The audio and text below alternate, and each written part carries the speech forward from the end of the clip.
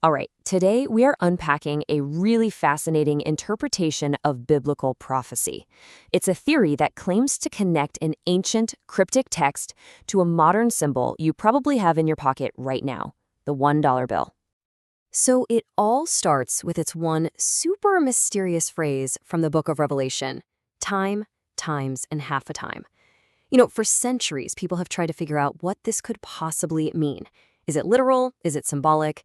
Well, the theory we're looking at today claims to have cracked the code. And here is where it gets really interesting. The source we're examining proposes that the key to unlocking this whole thing isn't buried in some lost text or ancient scroll, but that it's actually hidden in plain sight, right on the Great Seal of the United States, printed on every single dollar bill. Okay, so to really get how the calculation works, we first have to go back to the source text itself.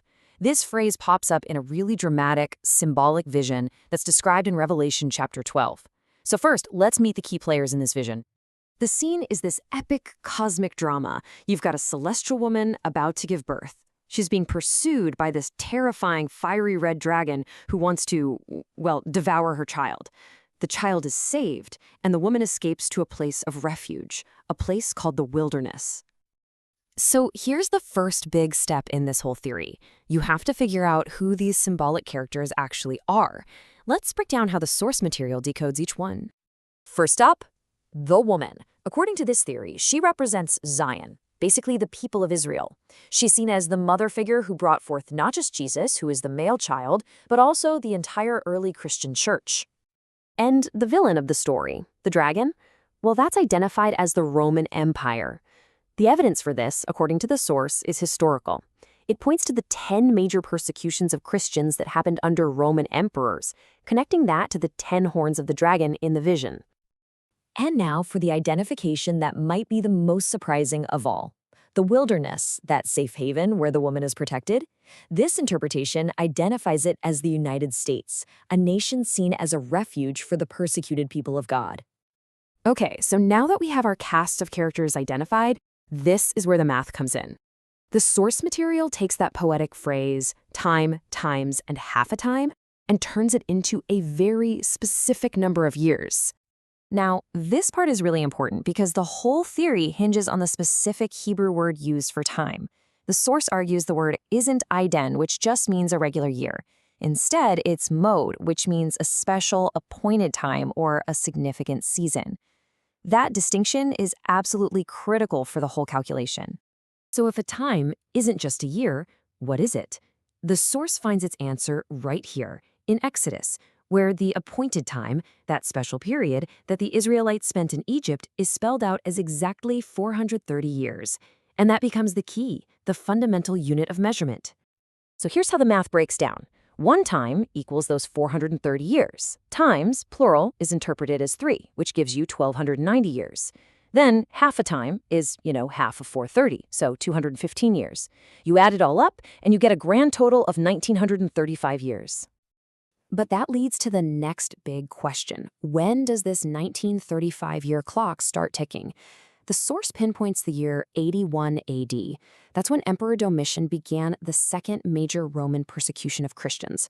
So if you take 81 AD and you add 1935 years, you land precisely on the year 2016. But wait, there's more. The theory doesn't just rely on that one biblical calculation. It claims there's a second clue, almost like a confirmation, an independent piece of evidence encoded on the back of the US $1 bill. So keep that number in your head. 2016, because according to this theory, the pyramid on the Great Seal points to that exact same year. First, we gotta understand the symbolism. In this view, the pyramid's foundation stone, that bottom block, represents Jesus Christ. And the 12 levels of stone built on top of it, well, those are said to represent the 12 apostles, the foundation of the church. All right, now for the dollar bill math. The year written on the base of the pyramid is 1776. The source assigns a value of 20 years to each of those 12 levels. So 12 levels times 20 years apiece gives you 240 years.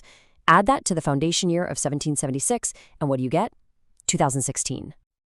And there it is, again. Think about that. Two completely different methods, one from an ancient biblical text and another from an 18th century American symbol, and they both supposedly point to the exact same year. That convergence is presented as powerful evidence that this year is incredibly significant. So, what's the big deal with 2016? Well, according to this interpretation, it wasn't supposed to be the end of the world. Instead, it was the start of the final prophetic countdown. The idea here is that the year 2016 kicked off the very last week of another famous prophecy, Daniel's 70 weeks. And in that prophetic language, 1 week is actually a period of 7 years. So 2016 allegedly set a series of final events into motion. This slide lays out the full roadmap as predicted by the source. The 7-year week that started in 2016 ends in 2023. This is followed by major milestones in 2027, including the building of a spiritual living temple, and it all culminates in 2034 with the second coming of Christ and the end of the Great Tribulation. So you might be asking, where does 2034 come from? Well, there's another piece to this puzzle. The source defines a biblical generation as 120 years.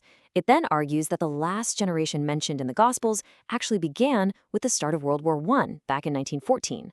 So you take 1914, add 120 years, and you land, once again, on 2034. And that really brings us to the core idea of this whole theory. It asks us to consider, what if history isn't just a series of random, chaotic events? What if it's actually a meticulously coded timeline with clues to a specific destiny hidden in scripture and even on our money, all just waiting to be decoded?